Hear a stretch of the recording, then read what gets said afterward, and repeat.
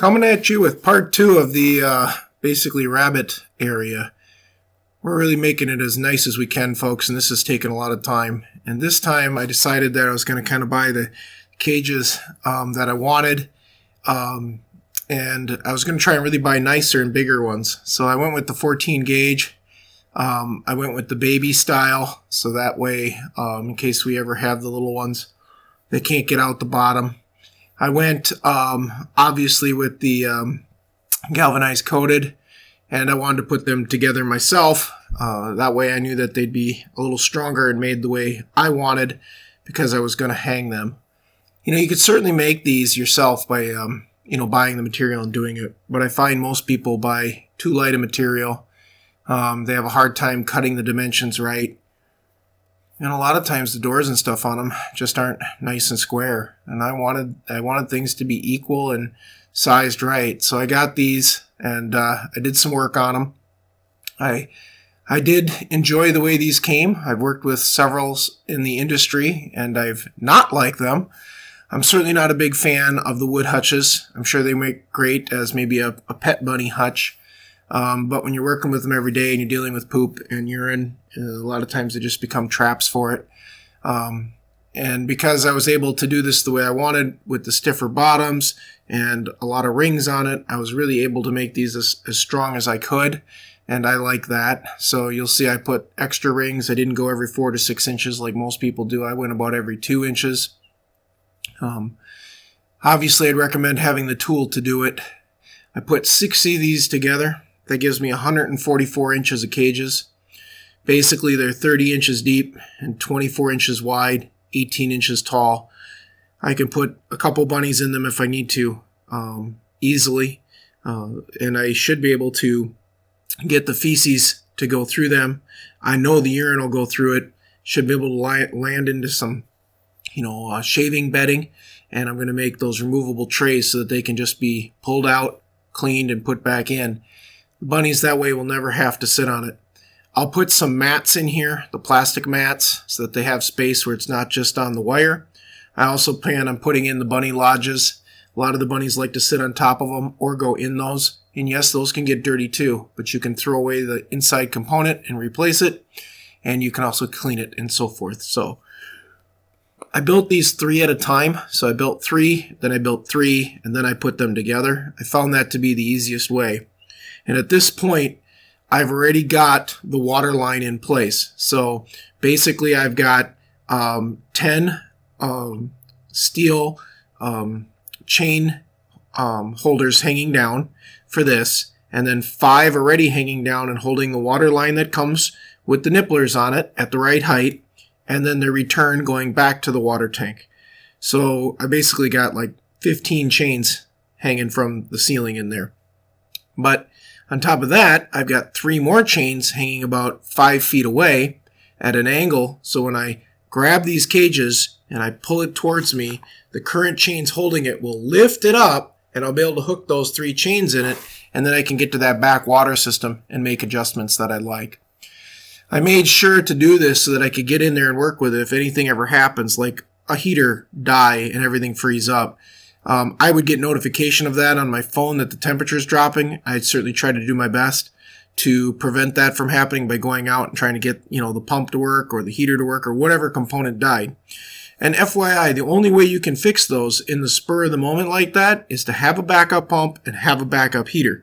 So those are 2 components that I will keep as backup. I will have an extra pump and I have an extra heater. You can't replace those any other way. If you got to go to Amazon and buy the pump, which is what I did, you're not going to like it if the pump dies. Now you're going to risk freezing up overnight or over the next couple nights. I want a pump that I can come in, shut the water off at the tank level, drain the water out of the line, unscrew a couple of those couplers, pull the pump out, put a new pump in, plug it in, get the water flowing again, and get it so that we can work with it. That's my game plan with this. Really, I was going after kind of some big points. My daughter and I kind of worked this out over the last couple months. 1, we don't want our bunnies anymore sitting on anything that's got urine on it. It's just not healthy. It's not good birthing conditions, and that's the way it needs to be. 2, we wanted good flooring. That means that I got to have good support for the cage And I got to have the flooring not bowing, which means I needed the 14 gauge bottoms, not the 16 and not the 18. I needed the urine guards in it, and that's what you see me installing some of right now. That way the urine goes in where I want it and not on the walls, so that when it heats up in the summer, these things aren't, basically breathing their own urea and nitrogens and ammonia smells all the time that they're living in. I don't think that's good for them. I also wanted a freshwater system, a system that I plan to make automated 100%, where I basically even have a hose to it with a float system in the thing. I wouldn't even have to fill it. It would fill on its own. Bunnies at that point, again, have nice hot circulated water in the winter, and in the summertime, it'll be nice and cool, which is good. The other thing that I was really hoping for with this, and it really kind of came together quite nicely for me, is I was looking for a space where I could keep them safer. In my neck of the woods, we do take them out. You can let them run around in your yard. You can take them in your house. You can do whatever you want with the bunnies, don't get me wrong. But if they're unattended in a tractor, things tend to hit them. If you stick them out in a grazing area, even with a fence, I've had coyotes come in, birds of prey try to come down on them. So for me, having them in their own room is a wonderful thing. So getting them in that own room is what I'm after. I got a fan in there ready, and I plan on adding a second if I need it. I've got a refrigerator close by with a freezer that I can do ice packs with. I'm putting on some really nice hay racks. I'm going to have the ability to put my supplements in a nice tray. I'll have crocks for little ones if I need it that I can work with. I should be in pretty good shape to handle most of the situations that'll happen within this room and keep the rabbits safe. That's really what I'm after. Safe and clean. So as you can see, I'm almost done with this last set. We're just trying to get those urine deflectors in. I bought these through KW. There's a bunch of companies that make them. I just want to get that urine to end up in the pans below and not cross over to the other rabbit, and certainly not basically miss the location I wanted in. We ran 1/2-inch pipe down the cages, 12-foot poles, and we had to cut them just because of what I could get. I could only get longer than I needed. So I got them in. Once I got them in, my plan was to secure the chain to these. And I was originally just going to make a loop system and do it, but I decided that I'd actually drill them, put I-rings in them, and hold them up that way. Getting them in here was a little bit of a challenge in this feed stall. We did have to work at it. We did have to move a few things, but we got them in.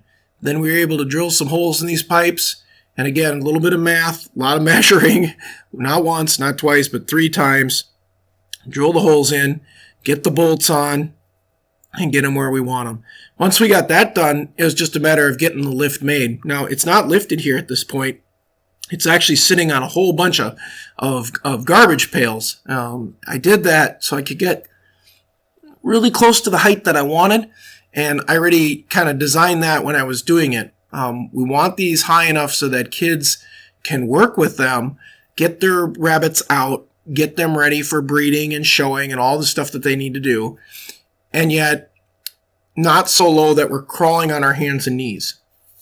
Now, down the road, if I want, can this whole system go higher? Absolutely. The only downside to it is the higher I move the cages up, the higher the water line goes up and back, because I've got the water line at 7 inches, which I feel is an appropriate height. And that would be a bummer then, because to fill the water tank, which has to be above that, it goes up. Doable, but still goes up. These chains you see hanging from the ceiling out here in the middle of nowhere with those clips, they're for when I swing it. When we grab onto this and we pull it towards us, it starts lifting up. It moves away from the waters, and we can hook these to 3 connection points that are built onto the steel tubing, and that works excellent. Here you can see I'm putting on the hay feeders. Now, I did not buy the typical hay feeder. It comes with 2 little bars that you kind of bend onto the front, and then at the bottom there's 2 little hooks or tabs that you bend onto the bottom. Nope, I did not do that at all. What I basically did is I took galvanized steel trunk ducts. I believe these are probably the 2.5-inch style by 8-inch. and I bent the ends over on the top so they're nice and rounded. I drilled holes in the side, and I'm completely zip tying them to it. The bottom, I just bent it up to make kind of a basket edge to it. I actually think these are stronger than what they have in the stores. They're better than those two little clips that never seem to stay on, and this way I can drop the hay in. Now the bunnies will eat the hay between the cage, so that's my game plan there. There's plenty of room then for the door to open. It doesn't open flat, obviously. It just opens enough that it'll be past 90 degrees where the feeders are at. My daughter there is putting in her lodges. Each lodge has got a nice floor, and it's got a top that the bunny can sit on. And then she's got a little tray on the side that's attached to it that we can take off. Here it is in the swung out position. I hope you can appreciate that. I'm going to try and swing it back in just so you can see it there. And now it's back in. That swung out position allows me to work with the water line in the back. And I feel that's going to be very nice and very useful. The chains have hooks up in the ceiling, so I just put them back up in the ceiling, and there they go. They're up. So now we're going to work into the more of the waste management side. So again, I've got the water tank out there, the water line in, it's insulated, the nipples are all in, and now we're going to put in kind of the manure system, the manure management system, and try and catch that urine, try and catch it in shavings, try and catch that poop in the same material. So we fit these all on the floor. They didn't quite fit, so I'm going to have to modify one of the pans. That's fine. I'm quite capable of working with a little steel. I'll basically trim it, bend it back up, and put some rivets in it, and I'll make that work. But what I had to do is a lot of measuring. I had to put little eye clips on the sides to keep this from swinging. I don't want the rabbits to bounce around and get it swinging. So I've got little connectors on each side.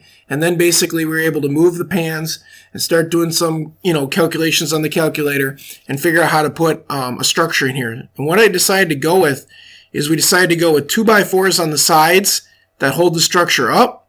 And then we're basically just putting a center support that we can slide out.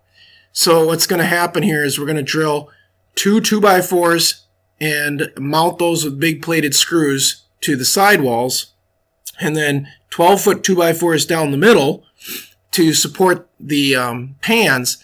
And then when I want, I can just pull the pans out. Well, when the pans are out, I can just pop the 2x4s up too and pull them out and in the center support. So literally, I have full access to the back of this, which is nice. That is a big deal for me. It also makes it easier because, in theory, stuff's going to get on the floor, and we can get everything out of the way and get the floor totally cleaned. Now, I understand some of this lumber doesn't look grand, folks, but if you watched the first video, you saw me working with all new PVC pipe and fusion glue and all nice stainless steel hangers and stainless steel chain. And you saw me working, with all that nice stuff. Well, now this is a little bit more recycled at this point. These are some, 2x4s that are 12 feet long, that are in good shape, but they're a little bit more weathered because they've been stored a while. But it doesn't matter. We're gonna get stuff up and make it look nice. So I'm putting this up nice and level, getting it screwed in. This is what's going to support the 2x4s. And then, like I said, the pans will rest on them. And there'll be one center support, and I'm making it movable so I can slide it in and slide it out. That way there's nothing stopping me from accessing the bottom of this. So Tabitha got everything hauled in. We got both sides up. We ran the 2x4s across, and I put little blockers in between them on the ends so I know where they'll fall into. And as you can see, I'm testing the trays and the panels. Make sure they stop appropriately. They don't go too far back, stuff like that. And as I'm doing that, you can see there's a slight bow to the 2x4s right now. It's perfectly fine. I'm going to fix that with a support. I just slid a center support into it. Again, I can slide that out and slide it in. And it totally took the weight of everything. Now it's just a matter of cleaning things up and just kind of getting through the process of making it ready for the bunnies to come in. At this point, I'm starting to finally feel really good about the project. I've been working on this now for several months and design and plan.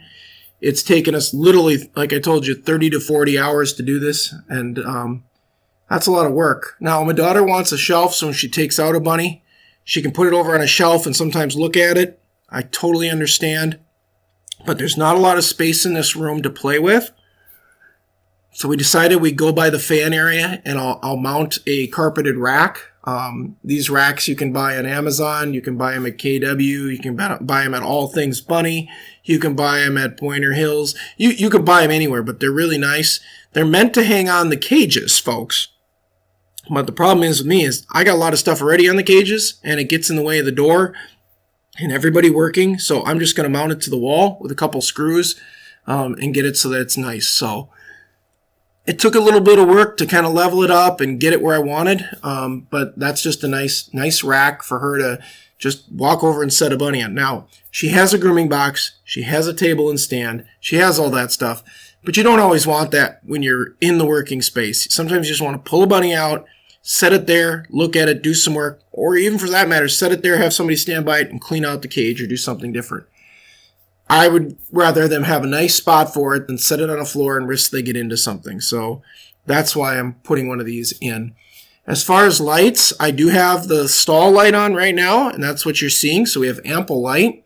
But over the top of the bunnies, I've still got those lights that do the UV too, and it even makes it a little brighter. But when you kill the stall light, it actually is just more like a sunlight kind of light, which I think will help them a lot. I've got that light on a timer, which is fantastic. Push a button and it just goes on.